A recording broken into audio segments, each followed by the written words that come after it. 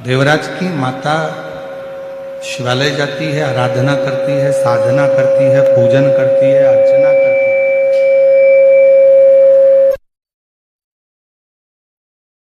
नियम था भगवान शंकर के मंदिर में जाकर एक लोटा जल समर्पित कर प्रतिदिन। उसका पुण्य, जो माँ ने एक लोटा जल समर्पित करा, जो माँ ने आराधना करी, जो माँ ने साधना करी, उसका पुण्य देवराज को प्राप्त हो। चोर था देवराज, ब्राह्मण के घर में जन्म लेने के बाद भी चोरी करना नहीं छोड़ा। ब्राह्मण के घर में जन्म लेने के बाद भी गलत काम करना नहीं छोड़ा।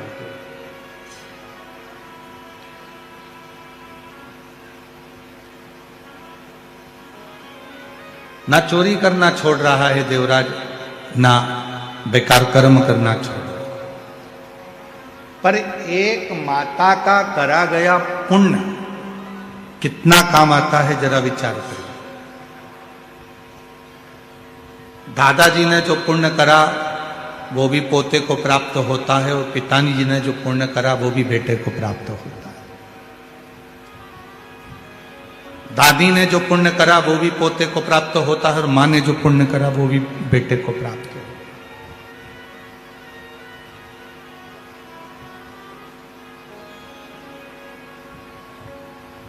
एक नारी और एक पुरुष, दोनों के व्रत करने में बड़ा अंतर है। शिरूर वालों थोड़ा सावधानी से सुना है, स्त्री भी व्रत करती है और पुरुष भी व्रत करता है।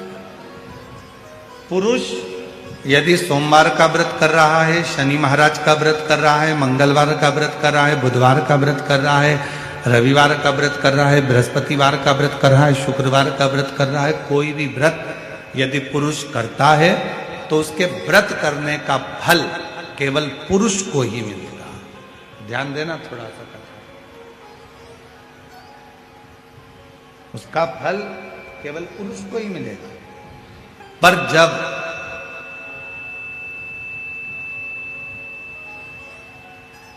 एक स्त्री अगर कोई व्रत करती है तो उसका फल केवल स्त्री को नहीं मिलता, उसके पति को भी मिलता है, उसके पिता को भी मिलता है, उसके ससुर को भी मिलता है, उसके भाई को भी मिलता है।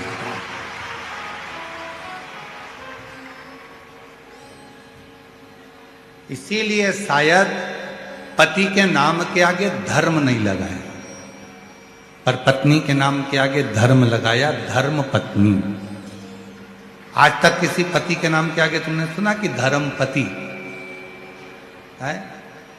अरे बोलो तो शिरूर वालों, सुना आप लोगों ने? नहीं सुना।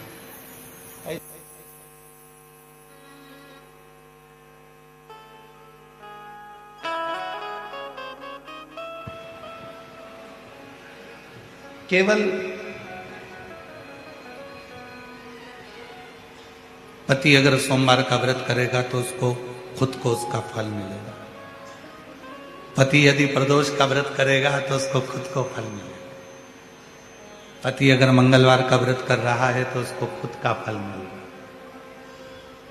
पर एक स्त्री, एक नारी जब कोई व्रत करती है तो उसका फल केवल उसको अकेले को नहीं मिलता, वो अपने मायके की भी 7 पीढ़ी और ससुराल की भी 7 पीढ़ी को पार सब। इसीलिए इनको कहते हैं धर्म पत्नी।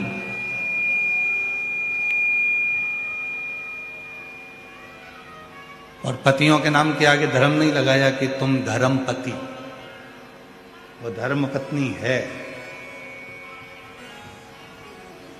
और पत्नी और धर्म पत्नी में भी जमीन और आसमान का अंतर होता है। पत्नी वो होती है जो पति को पतन के रास्ते पर ले जाती है। पत्नी वो होती है जो पति को कर्जे में डुबा जाती है।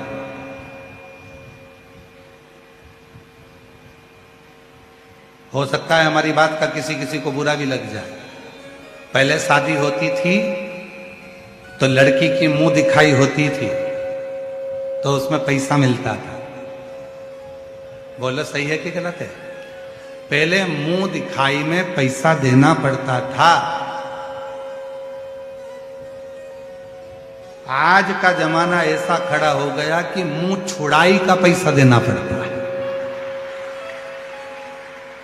पहले मुंह दिखाई का देते,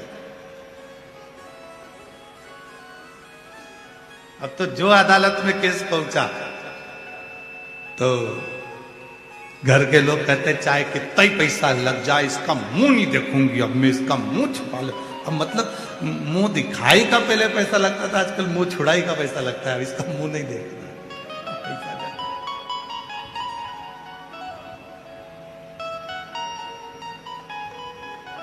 तो पत्नी वो होती है जो पतन के रास्ते ले जाए, पत्नी वो होती है जो पति को कर्जे में डुबा दे। नहीं मुझे तो ये चाहिए ही चाहिए, कहीं से भी लाके दो, कुछ भी करो पर मुझे लाकर दो। पत्नी पत्नी वो होती है जो पति को सिनेमा घर तक ले जाए। पत्नी वो होती है जो पति को खंडाला तक ले जाए। और धर्म पत्नी वो होती है जो पति को शिव महापुराण की कथा तक ले आए। धर्म पत्नी वो है जो पति से कह दे चलो अपने गांव में शिरूर में रामलिंगम का मंदिर है, चलो शिव जी को एक लोटा जल चढ़ा कर आते। धर्म पत्नी वो होती है जो रोज एक लोटा जल भरकर पति के हाथ में पकड़ा कर कह दे, पति को एक लोटा जल देकर कह दे कि सामने शिव जी का मंदिर है, तुम जाओ और शंकर जी को जल चढ़ा कर आओ, तुम जाओ भगवान शंकर को जल चढ़ाओ। धर्म पत्नी वो होती है जो पति को सतमार्ग की ओर लेकर जाए। सतमार्ग की वो धर्म पत्नी। बहुत अंतर है पत्नी में और धर्म पत्नी में, बहुत अंतर। और मेरी जीजियों निवेदन है, धर्म पत्नी बनने का एक तरीका और है। जितनी कथा आप शिरूर की पवित्र धरा पर सुनो, घर जाकर अपने पति को भी उस कथा को जरूर सुनाओ कि आज हमने शिव महापुराण की कथा में क्या सुना, क्या धारण किया।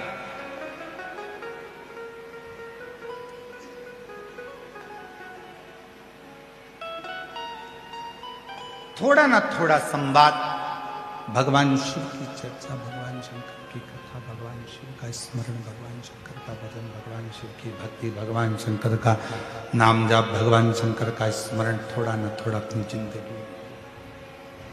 और तेरी कृपा बिना एक भी अणु लेते हैं श्वास, तेरी कृपा से बखान क्या करूं। आप भी बोलिए साथ में, जितने बैठे हैं। चपटी भूत मेरे खजाना कुबेर का, हे गंगाधर मुक्ति ओंकार तू, भोले ओमकार तू, आयो शरण तिहारी शंभु कार कर तू। प्रतिदिन थोड़ा ना थोड़ा संवाद, थोड़ी ना थोड़ी कथा भगवान शंकर को ले जाकर सुनाइए। घर में जाओ जब तो शिव जी की थोड़ी ना थोड़ी चर्चा करिए, भगवान शंकर की थोड़ी ना थोड़ी चर्चा धारण करिए, शिव प्रसंग को थोड़ा ना थोड़ा सुनाइए, श्रवण कराइए।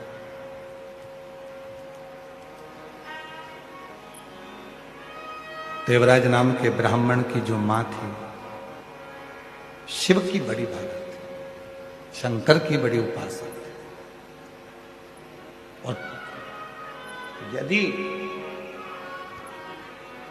घर के बुजुर्ग, घर के बड़े शिव की आराधना करते आए हैं, शंकर भगवान की साधना करते आए हैं, तो याद रखना कि उसके घर के बच्चों का बाल बांका भी नहीं हो सकता जिसके बुजुर्ग शिव की साधना।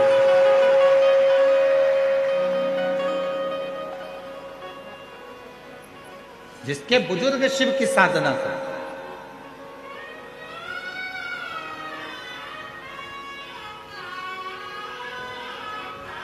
कल हमको मालूम पड़ा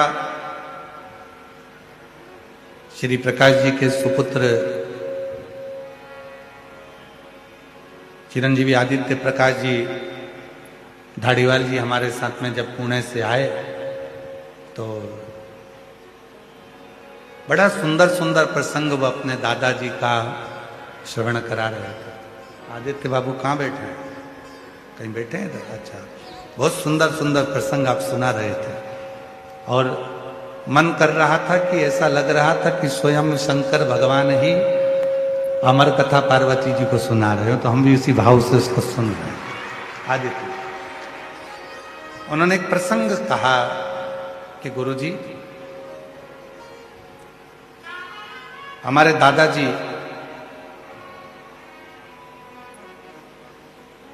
व्रत करते थे सोमवार का और एक खड़ी शक्कर केवल प्रदोष काल में दिन भर व्रत रखते थे और प्रदोष काल में एक खड़ी शक्कर खाते थे और पूरा व्रत करते थे। तो हमने आदित्य जी से कहा कि ये उन्हीं की पुण्याई है जो आज आप शिव महापुराण की कथा को करवा रहे हैं। जो आपके पिताजी आज अगर शिव पुराण की कथा को करवा रहे हैं तो वो शिव भक्त, वो शिव भक्त।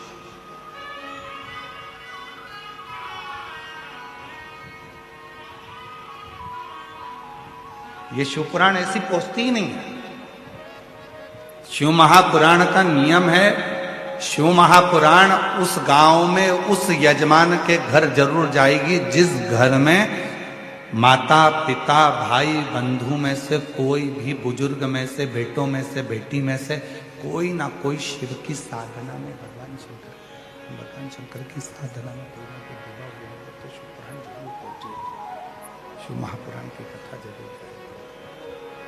जिस घर के साधना करने वाले, भजन करने वाले, स्मरण करने वाले कोई ना कोई होंगे तो शिव महापुराण वहां जरूर जाएगा, शिव पुराण जरूर पहुंचेगी वहां।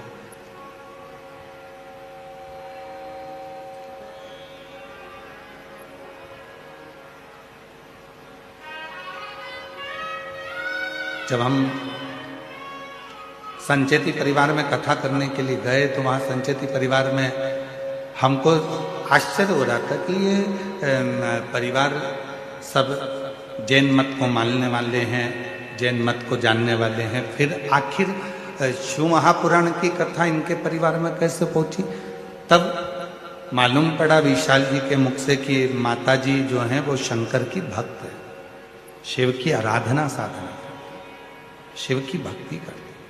तब हमको लगा कि शिव महापुराण संचेती परिवार में क्यों पहुंचे। और आज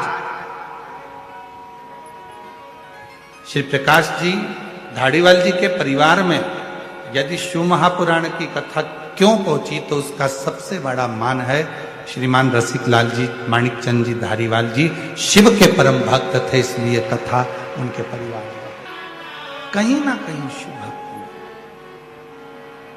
कोई पिछले जन्म के अच्छे कर्म मुझे बाबा तेरा, कोई पिछले जन्म के अच्छे कर्म मुझे बाबा तेरा साथ मिला। जहाँ सारी दुनिया झुकती है, जहाँ सारी दुनिया झुकती है, मुझे वो आली दरबार मिला, दरबार मिला। कोई पिछले जन्म के अच्छे कर्म मुझे बाबा तेरा साथ मिला। कोई पिछले जन्म के अच्छे कर्म मुझे बाबा तेरा साथ मिला। तो कोई पूर्व के कर्म होगा, कोई पूर्व का होगा, कोई पूर्व का अच्छा कर्म होगा जिसके कारण बस आपको हमको विष्णु महापुराण की कथा श्रवण करने का सौभाग्य मिला होगा। पूर्व का कोई कर्म होगा। देवराज नाम के ब्राह्मण की मां शिव की परम रसिक थी। शिव के मंदिर में जाना, एक लोटा जल समर्पित करना, ये उनका नियम। पुण्याई। और जितने कथा के पंडाल में बैठे हुए हैं, जितने आस्था चैनल पर कथा सुन रहे हैं, जितने सोशल मीडिया पर कथा सुन रहे हैं, जितनों के कानों में ये शिव महापुराण की कथा जा रही है, आपके भी पूर्व जन्म के कोई पुण्य आपके माता पिता के प्रबल रहे होंगे, जो आप शिव महापुराण की कथा में आकर। बोल बम का नारा है, आवाज नहीं आई, जरा दम के बोलो। बोल बम का नारा है, सारी समस्या का हल श्री शिवाय हार हार।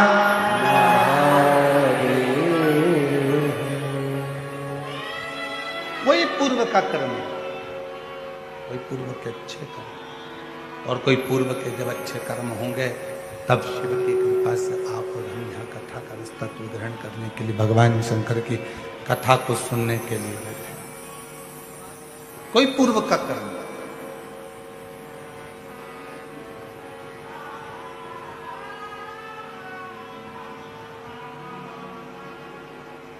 देवराय नाम के ब्राह्मण की जो माता जी थी वो शिव की उपासक। पर कई लोग कहते हैं इतना धर्मात्मा, जब देवराज ब्राह्मण की मां इतनी धर्मात्मा थी तो देवराज को भी धर्मात्मा होना था।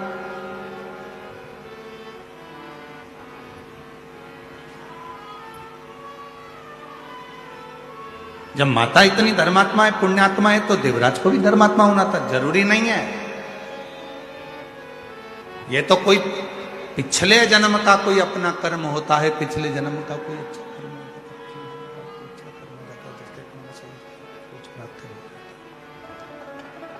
कोई पिछले जन्म का अच्छा कर्म हो जाता है जिसके कारण बस कुछ अच्छे लोग मिल जाते हैं, जीवन अच्छा मिल जाता है, सत्कर्म करने का मौका मिल जाता है।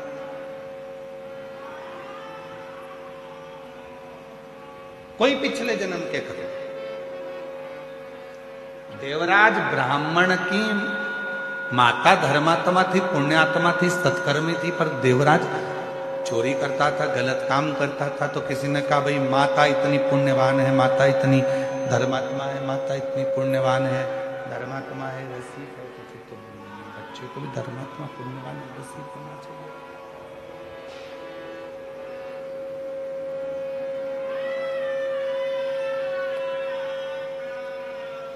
पर शिव कथा करें, भगवान शंकर का चरित्र करा, शिव महापुराण की कथा वर्णन कर रही है।